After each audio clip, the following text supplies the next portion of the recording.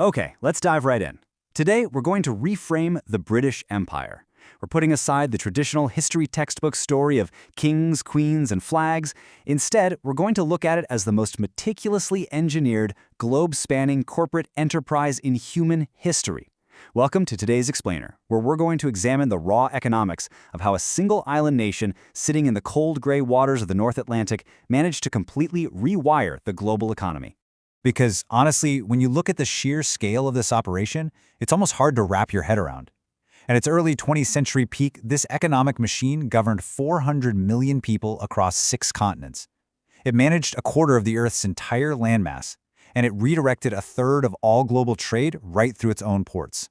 And here's the thing, they didn't achieve this just through sheer military domination or some unique stroke of genius. They did it through a system so precisely engineered to extract value from the edges of the world and concentrate it at the center that historians and economists are literally still arguing about its implications today. And that brings us to the core thesis of this explainer. As the source material so perfectly puts it, it was, in purely operational terms, the most expansive commercial enterprise in human history. Today, we're looking at the receipts. To truly understand how Britain got so wealthy and build an infrastructure that outlasted its own empire, we have to audit the ledger. We need to see exactly how they turned every piece of land they touched into a machine that paid for itself. So here is the ledger we're going to audit today. We're breaking down this empire into cold, hard financial categories. First, the ultimate corporate machine. Second, startup capital, triangle trade. Third, operating revenue, draining India. Fourth, the colonial loop economy. Fifth, the catastrophic human cost. And finally, number 6, the empire's modern legacy. Section 1. The ultimate corporate machine. Now you might be wondering, how did this small island nation secure the unique competitive advantages necessary for launching a global monopoly in the first place? Well, it starts with geography. Being an island sounds like a disadvantage, right? Until you realize it means absolutely no land borders and no perpetual threat of invasion.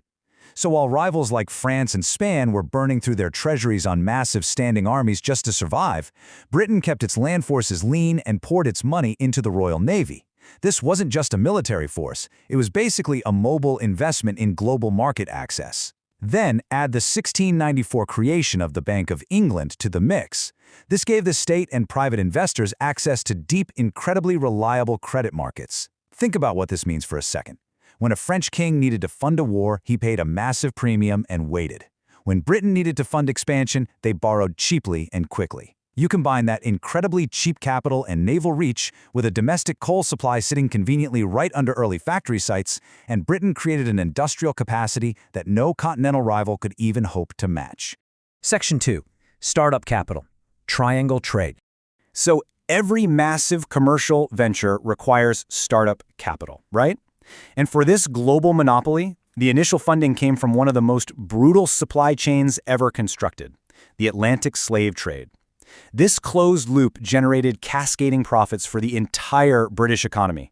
Ships left British ports loaded with manufactured goods and firearms, exchanging them in West Africa for enslaved human beings. These people were then transported across the Atlantic under completely horrific conditions. We're talking a 10 to 20% mortality rate just on the crossing. Those who survived were sold into plantation labor to produce sugar, tobacco, and cotton, which were then shipped right back to feed British factories and consumers. As economist Eric Williams argued, this wasn't just marginal to British industrialization, it was foundational. The slave trader, the plantation owner, the London bank holding the mortgages, the insurance underwriters at Lloyd's of London, literally everyone involved made money. This provided the massive seed capital for the Industrial Revolution. And this next point starkly illustrates where political and economic power actually sat at the time. When Parliament passed the Slavery Abolition Act in 1833, the government allocated £20 million.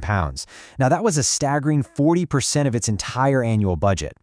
But, and this is crucial, that money didn't go to the people who had been enslaved. They received absolutely nothing, except mandatory unpaid apprenticeships.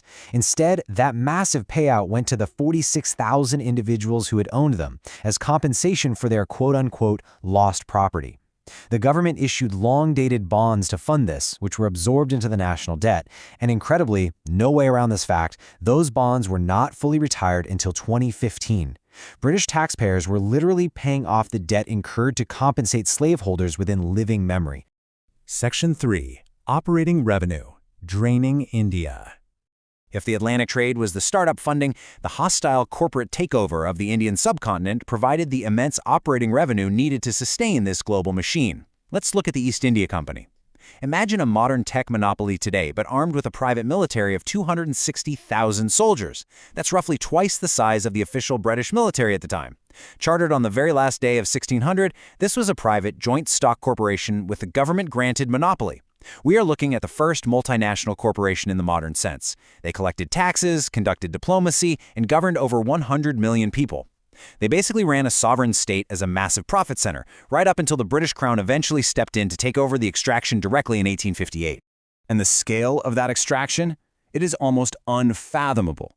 Economist Utsa Patnaik, drawing on 2 centuries of trade and fiscal records, calculated that the total wealth drained from India to Britain between 1765 and 1938 amounts to a staggering $45 trillion in today's terms. 45 trillion! Indian political economist Dadabhai Naoroji called this out as early as 1867, labeling it the drain of wealth, proving that India wasn't being developed, it was being systematically impoverished to fund Britain's rapid rise. Now look at how they made this incredible extraction practically invisible with the council bills accounting trick. Before the conquest, Britain had to pay for Indian goods with gold. Makes sense, right?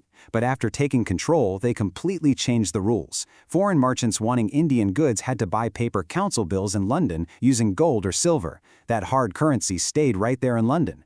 The East India Company then paid the Indian merchants using the land taxes they had just collected from Indian farmers. So what looked like normal international trade on paper was actually a closed loop, where Indian taxpayers were forced to buy their own exports just to generate British foreign exchange reserves. Honestly, it was a dark masterpiece of corporate accounting used to drain an entire subcontinent.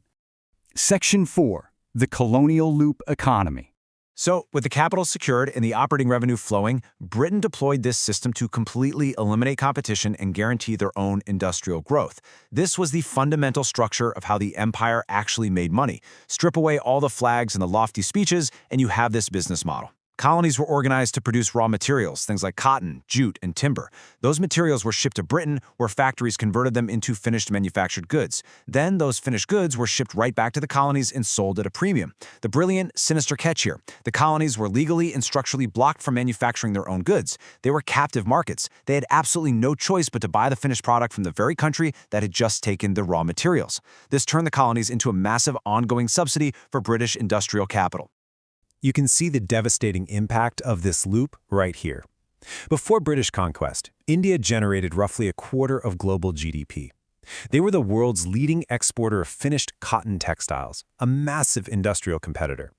But through crushing tariffs like the Calico Acts, which banned Indian cotton imports entirely, and through sheer military force, Britain systematically destroyed India's artisan weaver networks.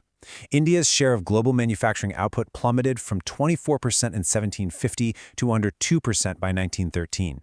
So no, this wasn't the free market at work. It was deindustrialization enforced on a historic scale. Even the infrastructure projects that are so often cited as a benefit of empire were designed purely for extraction. Take the massive Indian railway network, for example. These railways didn't connect Indian cities to facilitate internal trade. They ran directly from the interior farms and fields straight to coastal ports to ship raw materials to Britain. And the financing? It was a completely rigged game. Private British investors who financed these railways were given a guaranteed fixed annual return of 5%. If the railway ran at a loss, the Indian colonial government made up the difference using Indian tax revenues. The British investor faced exactly zero market risk, while the Indian taxpayer absorbed absolutely all of it. Section 5. The catastrophic human cost. Every system built exclusively on wealth extraction has a catastrophic failure mode. And as we audit this ledger, we have to look at the immense negative externalities. When you prioritize capital extraction over population welfare, you get a highly imbalanced final ledger. On one side, Britain enjoyed rapid industrial growth, cheap inputs, and protected markets. On the colonial side, the cost was enforced dependency, collapsed craft traditions, and something far more deadly: systemic, recurring famines. These famines were not just bad weather anomalies. They were the predictable, structural outcomes of this economic machine whenever underlying conditions shifted. The numbers here are just harrowing. During the Irish famine in the mid-19th century, roughly 1 million people died of starvation. Yet, during that exact same period, Ireland continued exporting food to Britain because the government in London strictly adhered to free market orthodoxy and flat-out refused to halt exports. Jump forward to Bengal in 1943, where an estimated 2 to 3 million people died. As Nobel laureate Amartya Sen demonstrated, this wasn't just a lack of food, it was a price failure. Wartime inflation and colonial policies destroyed local safety nets. The food often existed, but the local populations literally couldn't afford it. The empire maintained its export revenues and commercial principles, even as millions of people starved. Section 6. The Empire's Modern Legacy. The gap between the empire Britain built and the empire could actually afford eventually caught up to it after 2 world wars. The flags came down and formal decolonization occurred. But the financial architecture designed to route capital to the center, that was never dismantled. The surplus of empire built the institutions that still run the global economy today. The City of London emerged as a global financial center not organically, but because of imperial capital flows. Even today, a massive amount of international capital, foreign exchange, and maritime insurance routes through these very same institutions, skimming a continuous percentage from global commerce. Meanwhile, former colonies inherited infrastructure built solely for extraction, leaving them locked into exporting primary commodities. And look at British overseas territories like the Cayman Islands and Bermuda. These offshore financial centers trace their legal and institutional roots directly to the colonial era. They exist to route capital and reduce regulatory friction, concentrating wealth just as they did centuries ago. Which leaves us with a pretty profound realization about the world we navigate today. The economic system Britain engineered didn't truly decolonize when the political flags came down. It forces us all to ask, when you look at a cross-border commercial contract, an offshore tax haven, or a global trade route, are we looking at a truly free market, or are we just living inside the